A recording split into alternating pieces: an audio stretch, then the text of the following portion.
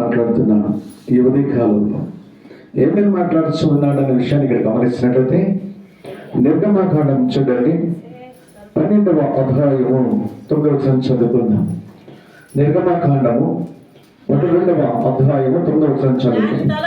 దాని తలను, దాని కాళ్ళను, దాని అంతరములను అగ్నితో కాల్చి దాని తినవలెను.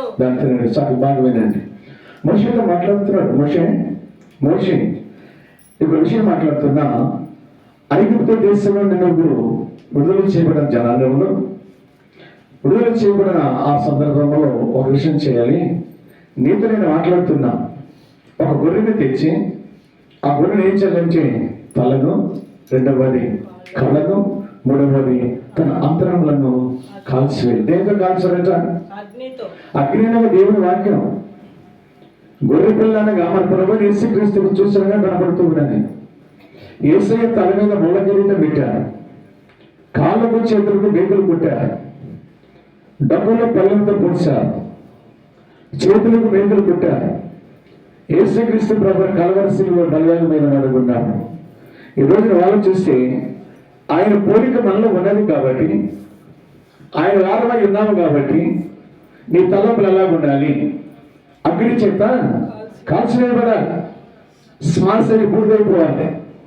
ఈ రోజున నీ తలంపులు, నీ నడవడి, చేతులు పనులకు సాదృశ్యం, కాళ్ళు నడవడికి సాదృశ్యం, తలంపులు సాదృశ్యం, అంతరంగంలోని హృదయానికి నీ హృదయ ఆలోచన సాదృశ్యం. ఈ 40 దినాల్లో నువ్వు క్రీస్తుని ఎరిగిన వారం అయినట్లయితే, ప్రముఖులుగా ఉన్నట్లయితే నీ తలంపులన్నీ కూడా తారుమారవునుగాక. ఎంత గొప్ప దేవుడు! ఆలోచించండి. దేవుని పిల్లలారా, ప్రభు నెరిగిన వారులారా, ఉపాస దినాలు ఉంటున్న వారులారా, ఈ తలంపులు దేవుడు ఈ 40 దినాల్లో దేవుని తలంపులు చాలా గంభీరమైనవి. మానవ తలంపులు చాలా బలహీనమైనవి ఉన్నవి.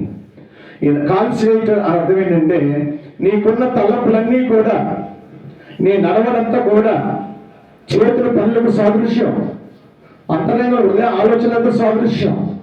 అగ్ని చేత అనగా అగ్ని అనగా దహించి అగ్ని ఎవరమ్మా?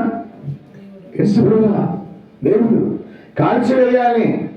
కాల్చివేయబడినప్పుడే ఈ వ్యక్తిగత జీవితంలో దేవుని ఆశీర్వాదం చూడగలిగిన వారికి వచ్చినాం. ప్రజలారా హల్లెలూయా.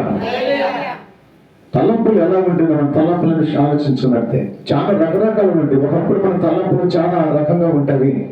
ప్రభులోకి వచ్చిన తర్వాత